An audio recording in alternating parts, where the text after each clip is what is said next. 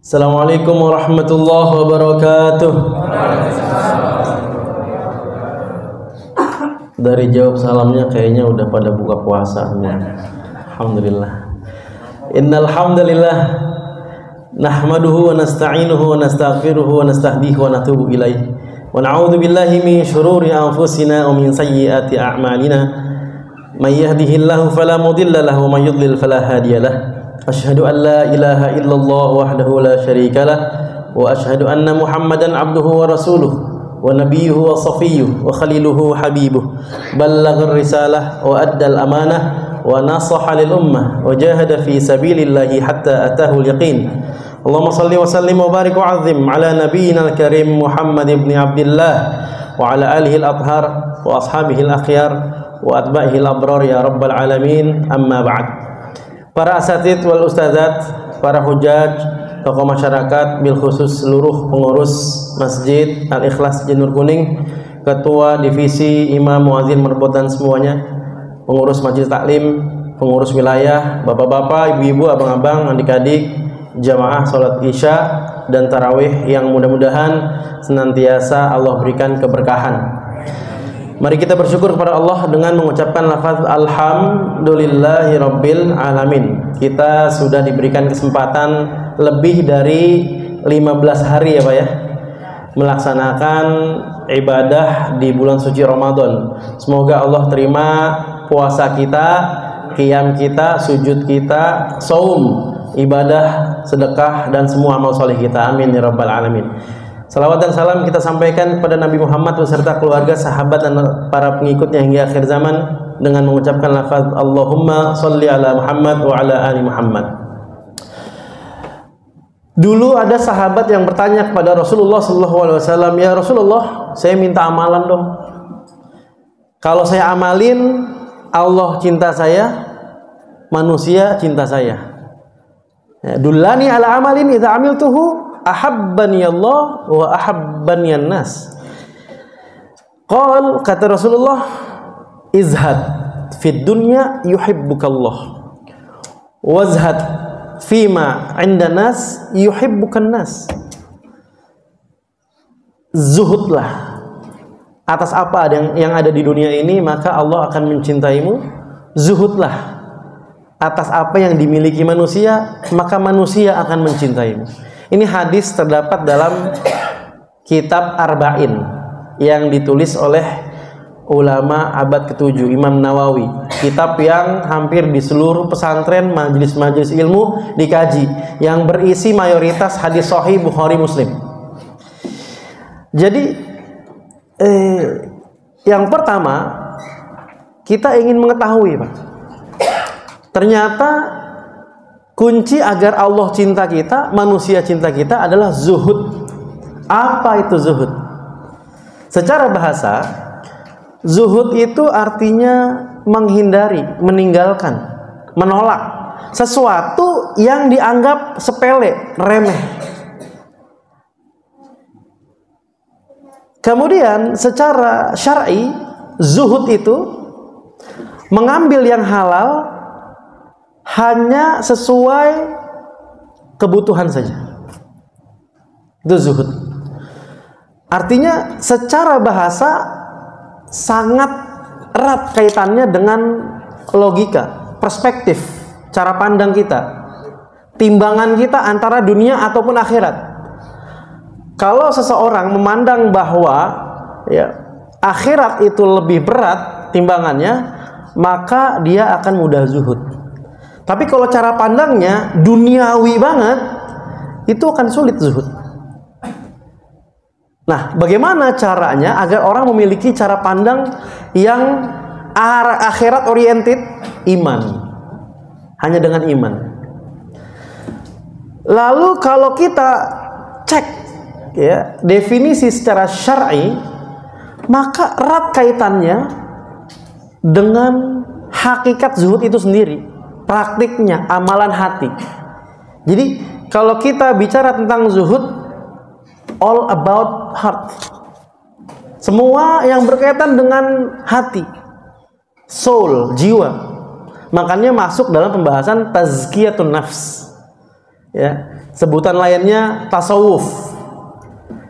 Ini erat kaitannya dengan ilmu tazkiyatun nafs, pensucian jiwa gitu.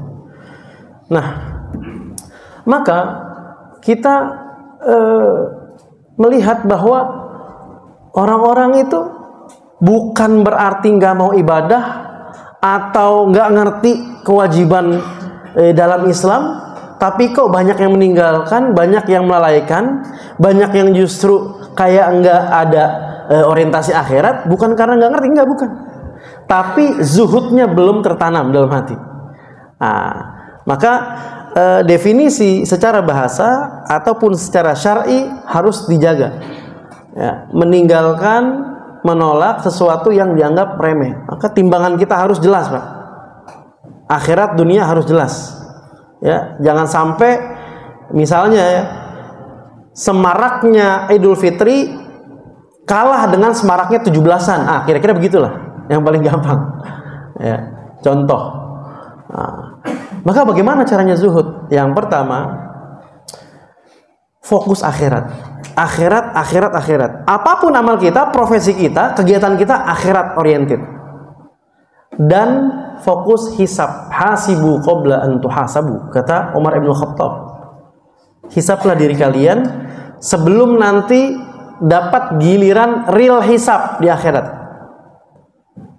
Hari ini dosa apa? Oh, ngomongin orang. Oh, sombong. Oh, ninggalin sholat. Nauzubillah. Oh, macam-macam. Hisab. Hitung. Karena sejak balik, ya, laki-laki, perempuan udah mulai dicatat.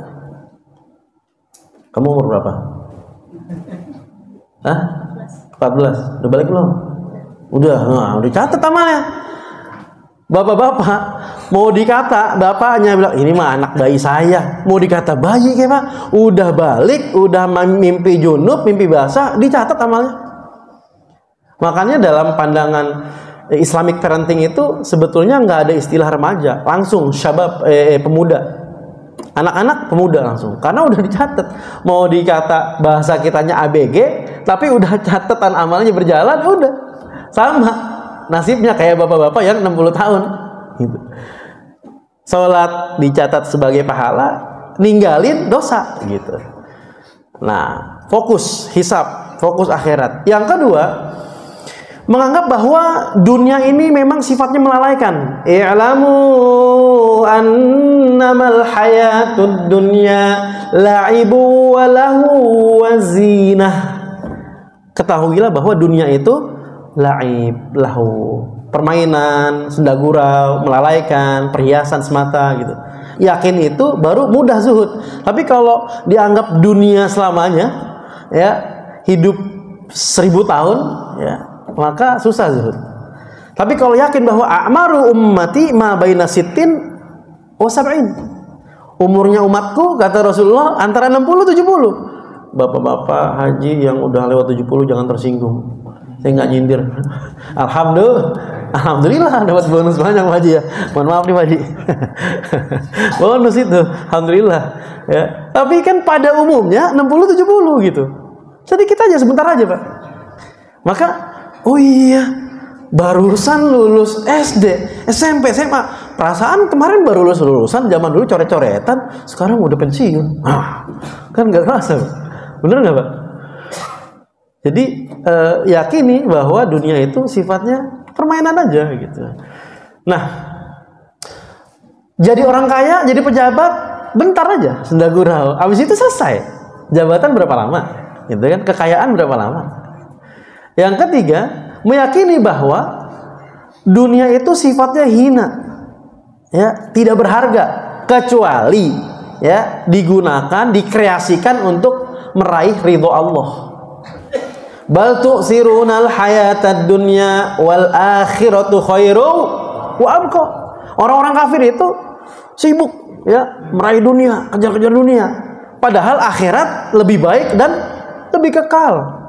Gitu. Bahkan kita sama-sama yakin, Pak.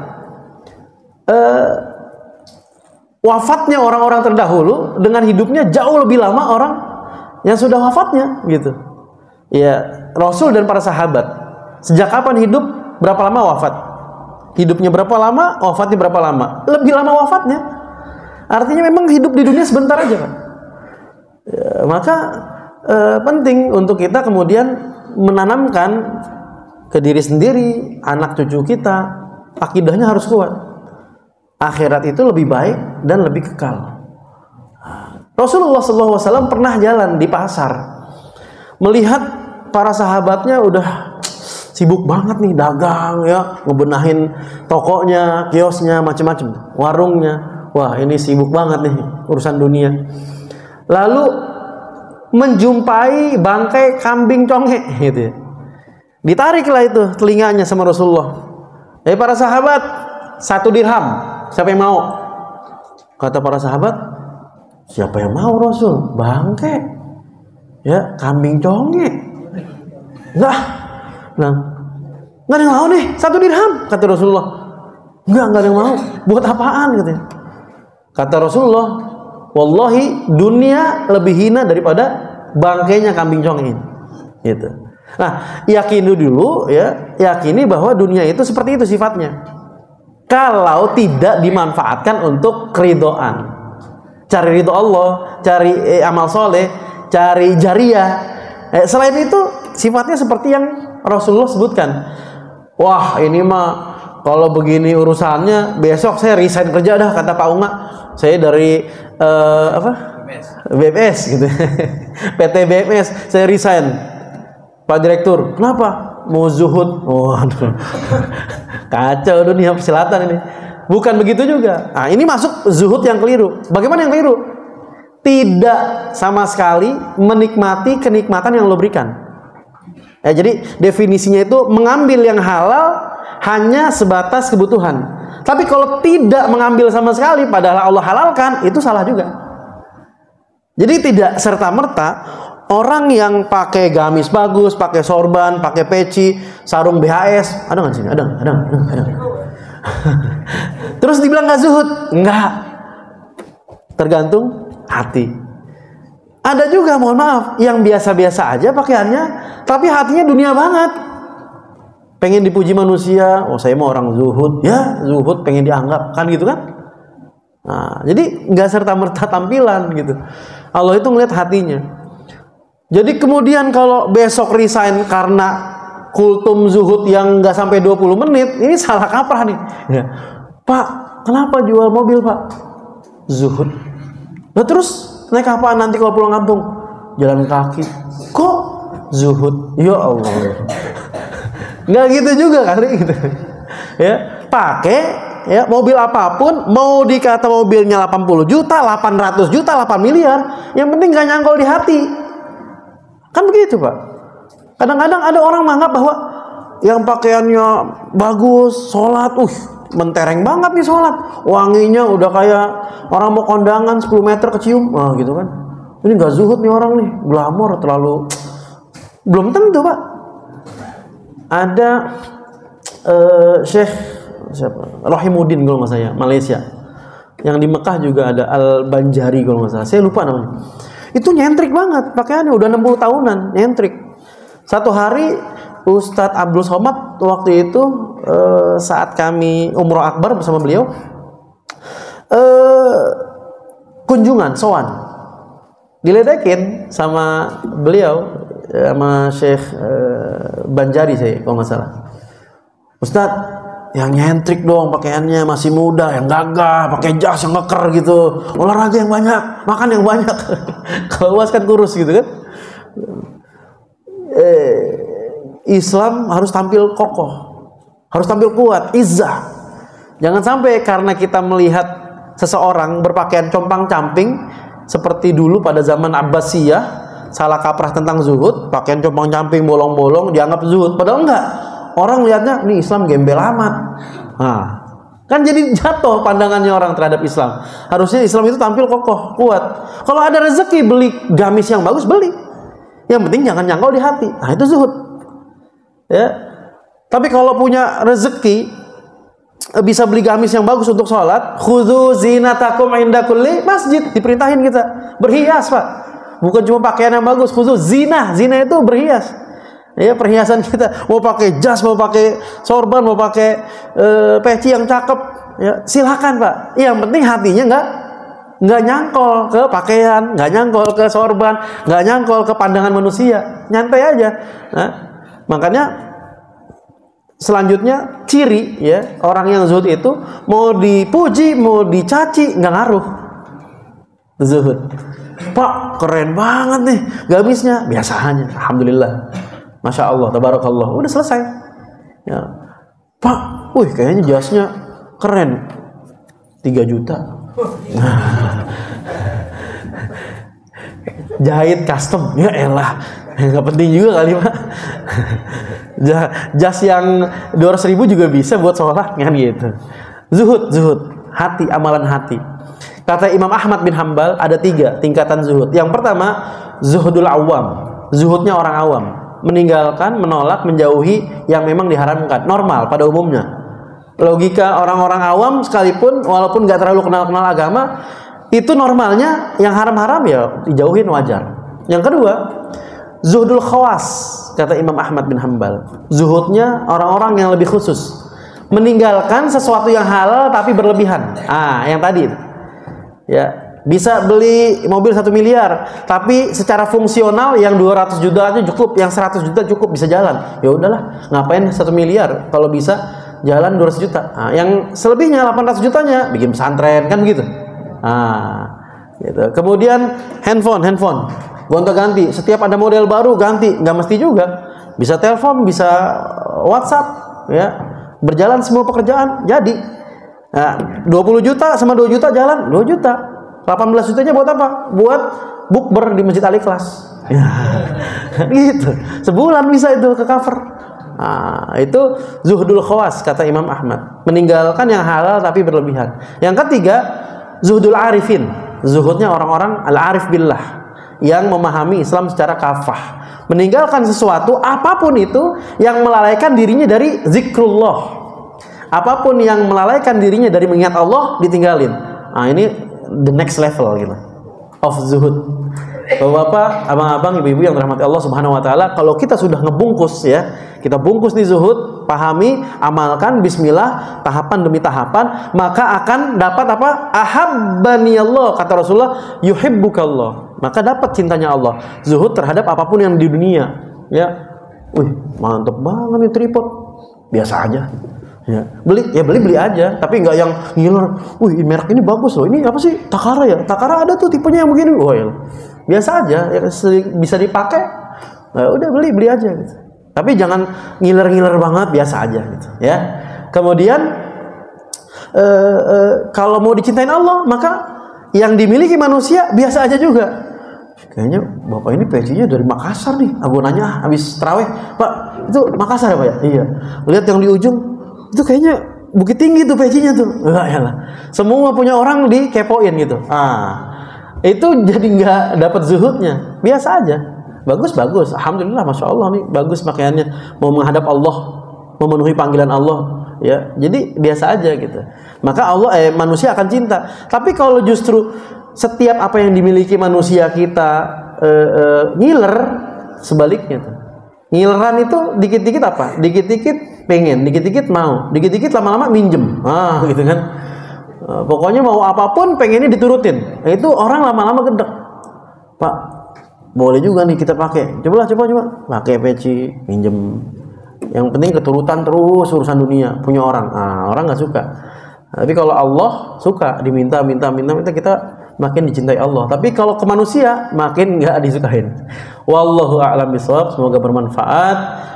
Semoga amal soleh, puasa kita semua lancar sampai nanti insya Allah Idul Fitri sama-sama meraih kemenangan bersama-sama. Amin ya rabbal alamin. Billahi taufiq wal hidayah. Assalamualaikum warahmatullahi wabarakatuh.